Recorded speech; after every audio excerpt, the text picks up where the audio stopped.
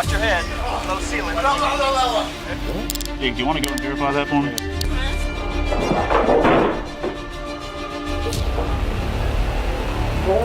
Welcome back to U.S. Corrupt Cops. Today, we're exploring an incredible tale where crooked officers face a twist of fate they never anticipated. Forced to shell out millions for the suffering they caused, justice has at last been achieved. If you enjoyed this video, press 1.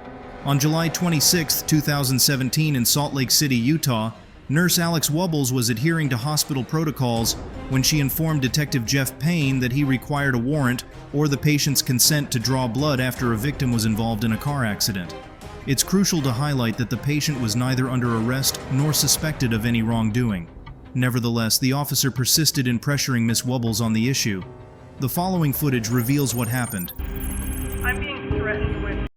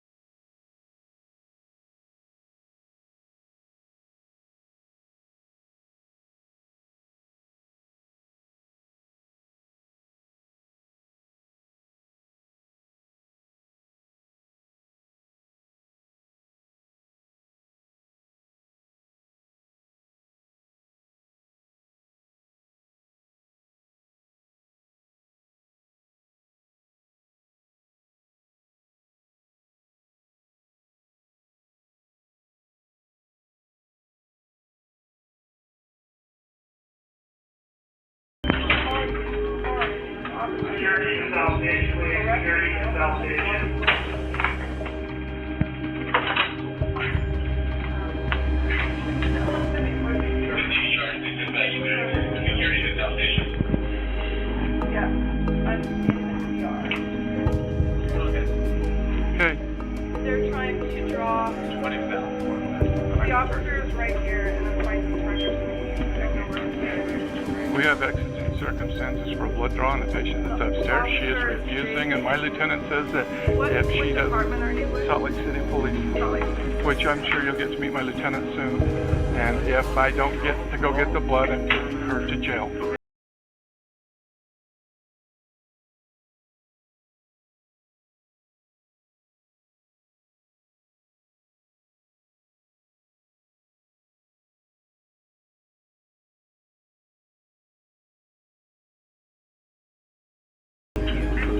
In 2013, the Supreme Court determined that although alcohol naturally dissipates from the blood over time, it does not grant law enforcement the authority to draw blood without a warrant. Additionally, in 2016, the court ruled that laws prohibiting the refusal of a blood draw following a DUI arrest were unconstitutional. While officers can administer a breath test without a warrant, they must obtain one to conduct a DUI blood test. The only exception for a warrantless blood draw is if the officer can convincingly argue that there wasn't enough time to secure a warrant. However, the officer must provide a compelling reason why obtaining a warrant was not feasible. Moreover, blood contains extensive information that can be analyzed and stored, making its collection far more invasive of privacy than a simple breath test. Therefore, a warrant is generally required for blood tests. In essence, even blood is protected under the Fourth Amendment of the U.S. Constitution, which states, "The right of the people to be secure in their persons, houses, papers, and effects against unreasonable searches and seizures shall not be violated, and no warrant shall issue, but upon probable cause, supported by oath or affirmation, and particularly describing the place to be searched, and the persons or things to be seized." As a result, Officer Payne was not permitted to take even a single drop of the victim's blood without their consent. Hi. I've been threatened to be placed under arrest by this officer here. I'm trying to prohibit him from drawing blood on one of my patients. He does not have a warrant for. Hello. If things still keep going the way they're going, I'm arresting her for interfering with a criminal investigation. Draw blood on a patient. Okay. I've been told by risk management, the house privacy officer, the house supervisor, and my manager all agree. Here's the thing. That He's conducting an investigation on it's obstructing justice. okay, I'm just being told what to do by my entire hospital. And I'm being told what to do by my boss. Okay, so And I'm going to do what my boss says. okay, well, and I can stand here and say I want to do the same thing. There's no urgency in this. I'd rather just let it work out. I'd rather just try and figure out. It's fatal. And he's the other driver. He's, I guess, critical condition in the burn unit. And so the implied consent law says that we can draw blood, and she's preventing it. I'm preventing because that's what I'm told to do by the risk management for the hospital officer, privacy HIPAA officer, the house supervisor, and my boss. Thank you very much, Alex. There's nothing urgent. Like, we need to just call. Like, there's no reason that this has gotten as elevated as it has. Okay, so the police officer had to show up to agree with the officer, but obviously, If you want to arrest him, I'm just not. he said if this guy's gonna arrest me.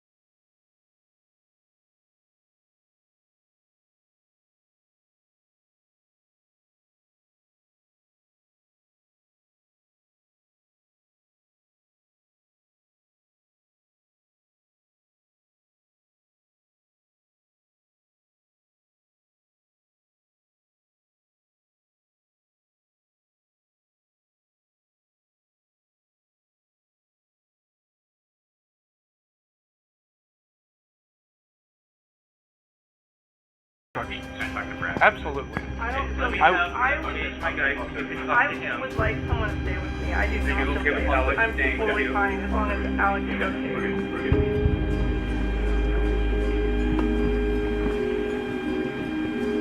This is not the way I wanted this. No, it's not the way anybody wants anything to do. No. We're just our own letters of law. Like you said, we've got bosses and stuff in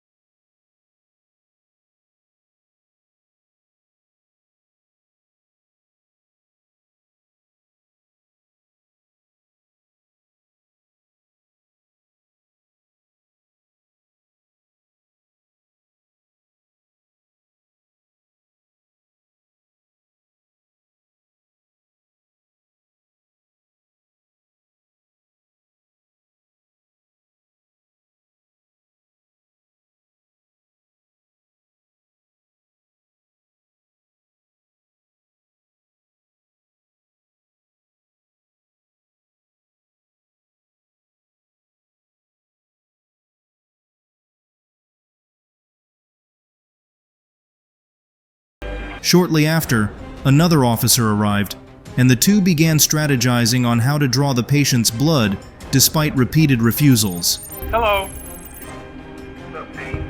This young lady right here, right now, is not free to go about her business. Per watch command, if she does not allow me to go get a blood draw from a guy up in the burn unit, she's going to jail. Okay. Per watch command.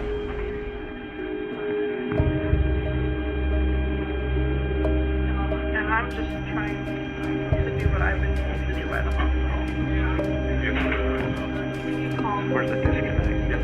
Yes, What's the problem? They don't want to abide by the implied consent law or exigent circumstances. They want it to be a search warrant. And it's on a fatal crash. The guy's unconscious. So where's the lieutenant here coming in? I've talked to him on the phone. She's talked to him on the phone. He was the first one to tell her that if I don't get the blood, she's getting arrested. And then he can talk to her face to face when he does the arrest check. I don't know why you have to be so awful and threatening. I'm not here to impede. I'm just stating what will happen. We can both say that, sir. I'm just a nurse trying to protect the patients and do what my hospital has obligated me to do. Believe it or not, I'm trying to protect him too. I'm not trying to get him on criminal charges. I didn't say you were. I do innocently what I've been told to do. Okay. And so am I. Okay. Can you cut the corners a little bit? Like, cross, like, just shave down the edges? Hey. No. I have two officers now, and another officer. They don't have PC. I talked to Logan. It's their case. Yeah, he's here. He's trying to We've already discussed that with them.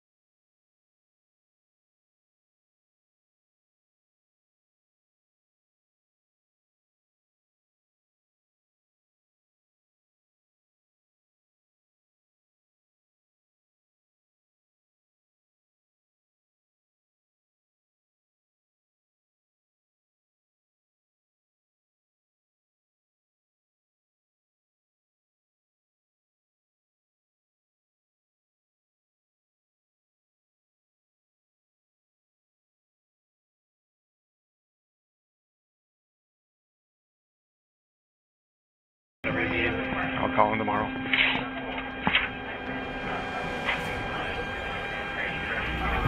Later, Miss Wubbles returned to the officer with a document outlining an agreement between the hospital and the police department, detailing the conditions under which an officer can draw blood from a patient. When the officer disagreed with the information, he escalated the situation to an unacceptable level under the law. Hold on, Brad. So I printed this off. This is what I was told to print off. And hold on.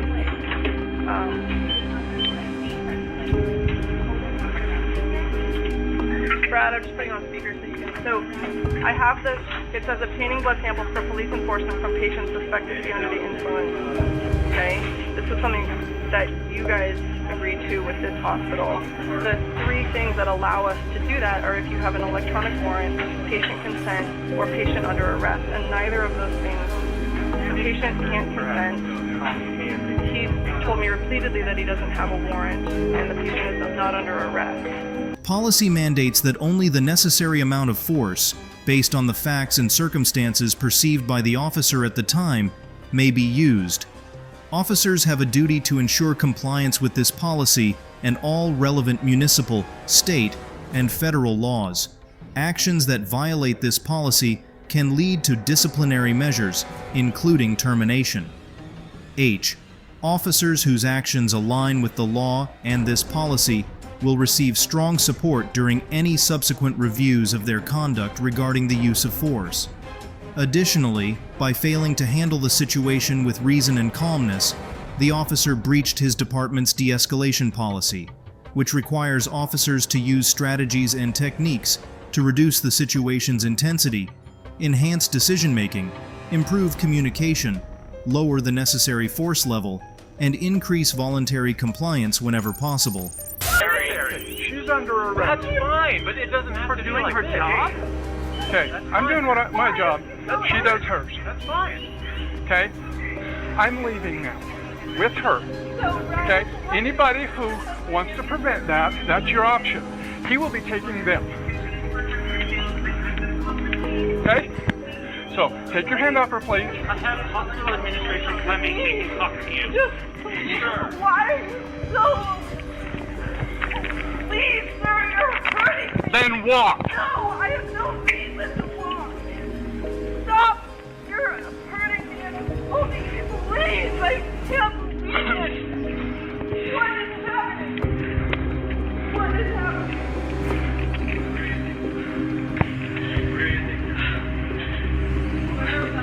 Fortunately, Miss Wubbles was released without charges, but insisted the incident should never have occurred.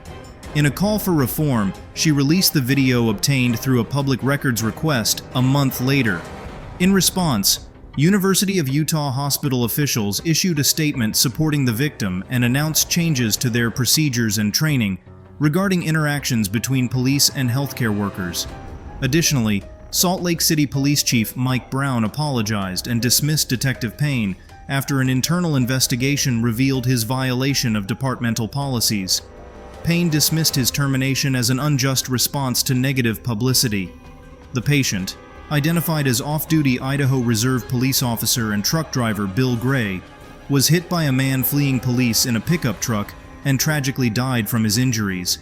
Ultimately, after legal action against the city, Miss Wubbles received a $500,000 compensation settlement agreed upon with Salt Lake City's local government and university hospital 2 months after the footage became public.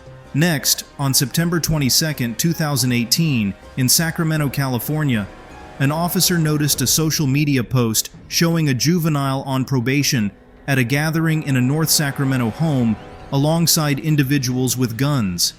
The officers promptly arrived at the scene, stating they were there to search the juvenile on probation. Upon arrival, an officer claimed to have seen a man in a white shirt flee and throw a gun into the yard after spotting the man running near the fence. Officers approached a group of people they had handcuffed who were sitting in the yard. The following footage details what occurred next. It was somebody in white. I can't tell you who it was though. Probably this guy. Yeah. You have gloves on? You want to take this? I got jump on it. I'm gonna search you.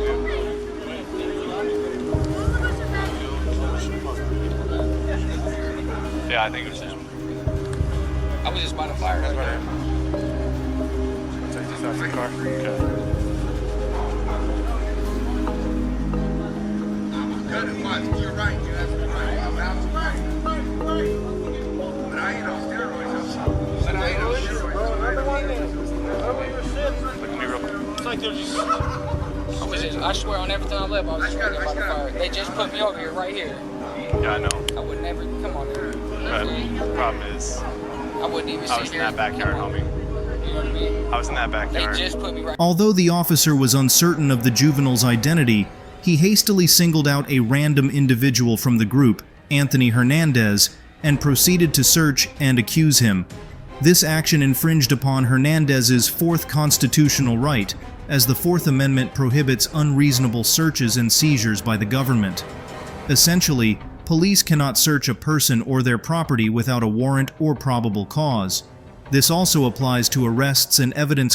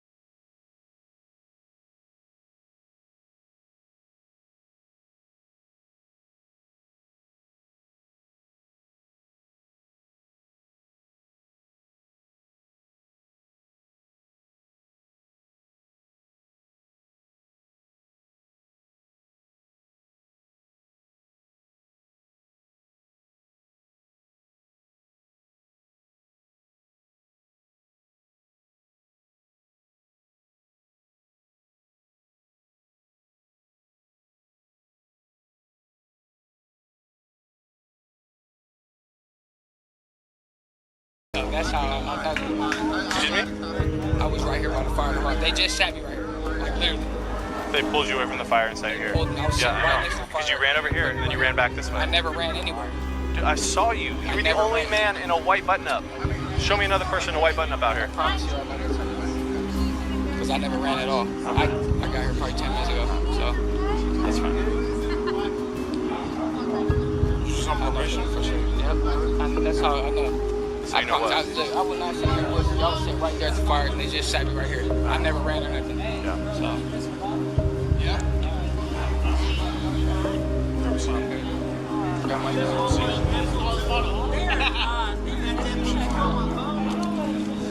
He probably needs to go into a car.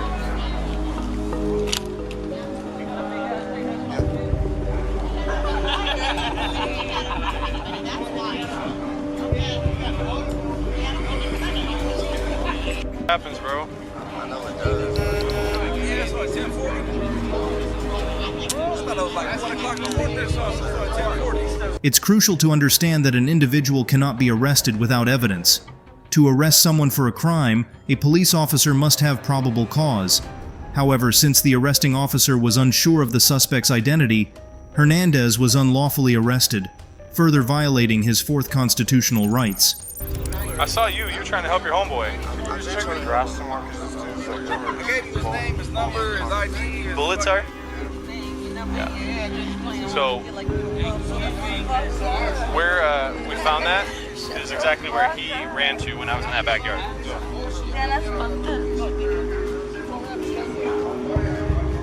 The officer then officially arrested Mr. Hernandez. He was arraigned on a one-count felony charge of gun possession by a prohibited person. Due to his prior felony conviction, he was jailed, where he remained for over 6 weeks before the arresting officer provided the body camera footage to authorities. Thankfully, once the recording was submitted, the charges against Hernandez were dropped. Subsequently, following a lawsuit, the city of Sacramento paid a $999,900 settlement to Mr. Hernandez. The lawsuit named the city and officers Michael Bradley, Maxwell Anderson, and Christopher Jensen as defendants, alleging civil rights violations, unlawful detention, arrest without probable cause, false imprisonment, and malicious prosecution. Next, on June 19, 2022, in New Haven, Connecticut, 36-year-old Randy Cox was arrested by local officers Betsy Segui and Oscar Diaz for illegal weapon possession. However, the officers' handling of his transportation was highly unprofessional. All right, my man, step in there. All right. All right, step right in there. Got it? One leg at a time. One leg at a watch time. your head. Watch your head, all right?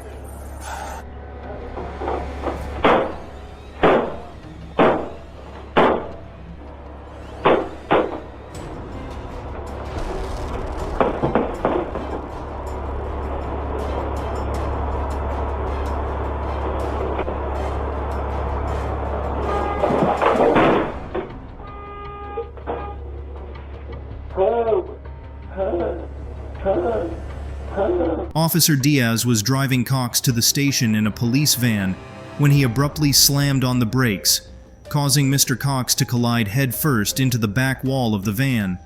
The officer neglected to secure him with a seatbelt, and it was only later that Diaz realized something was wrong with the victim. I'm stopping. I'm going to check you out. What happened? What? You fell. What happened? Can you move at all? I can't move. What? How your leg is all the way up there? Understand me, listen, brother. All right, I can't move you, so I have to hold on. I'm gonna have to go get an ambulance. Listen, no. Huh? Yes, but understand. I have to. Go ahead. I fall. I cannot move my arms. All right, do not move. I can see moving your arm. No. Okay. Look at my hand. All right, hold on. Oh. The officer then called for an ambulance and transported Mr. Cox to the detention center. 171. 171.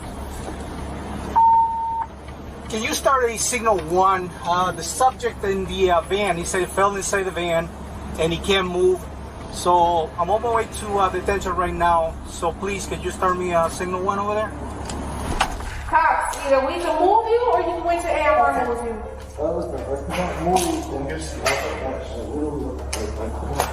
Slide down, my man. No, Jay. Yo, slide down so we can get out of here. Look. If you gotta drag me, go start over. All right. I like it. I'll let her relax for a bit. All right, there you go. Almost there. You're almost there. You gotta get your shoulders out. Ready? 1, 2, 3. Stand up. There we go. All right. Get up. How you making out? Ready? Actually, go to the next. Yeah. Get the. Huh? You ain't cracking. You just drink too much. No, you drink too much. Okay. Sit up. You're gonna take care of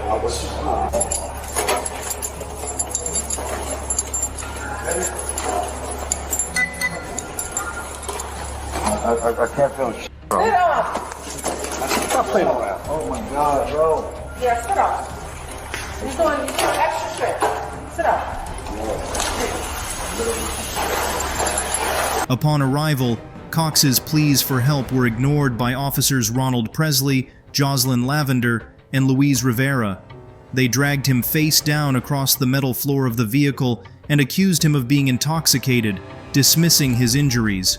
Clearly, they not only violated the United Nations Human Rights Office's policies, but also failed to adhere to their department's mission statement, which emphasizes shared responsibility with the community to create a safe and inclusive city by addressing quality of life issues in neighborhoods. Instead of taking Cox to a hospital, the officers dragged and processed him into jail.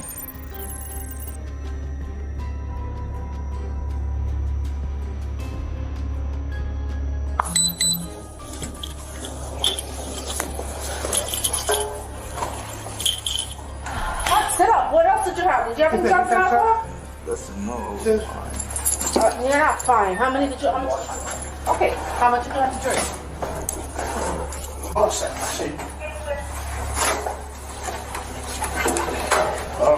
Oh my God, yo.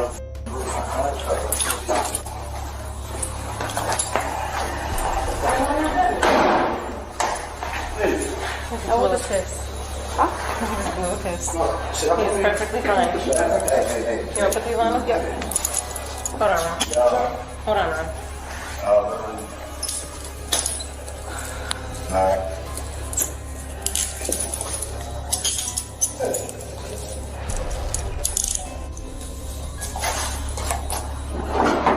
After placing him on the floor, the officers waited for paramedics to arrive.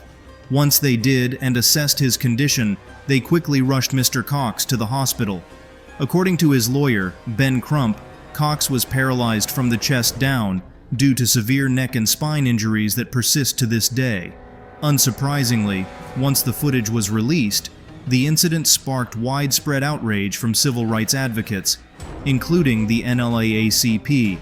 As a result of the backlash, the responsible officers were placed on administrative leave, and the state eventually dropped all charges against Cox. Additionally, Mr. Cox's attorney promptly filed a $100 million lawsuit against the police, citing negligence, speeding, recklessness, and the absence of proper restraints in the transport van. The lawsuit also accused specific officers of using excessive force and failing to provide medical assistance. Consequently, the 5 officers faced criminal charges, with 2 of them being terminated. Eventually, the city agreed to a $45 million settlement for Mr. Cox's lawsuit. Thanks for watching. Make sure to subscribe and hit the bell so you never miss another story of justice in action. Drop your thoughts in the comments below. We'd love to hear from you. See you in the next video.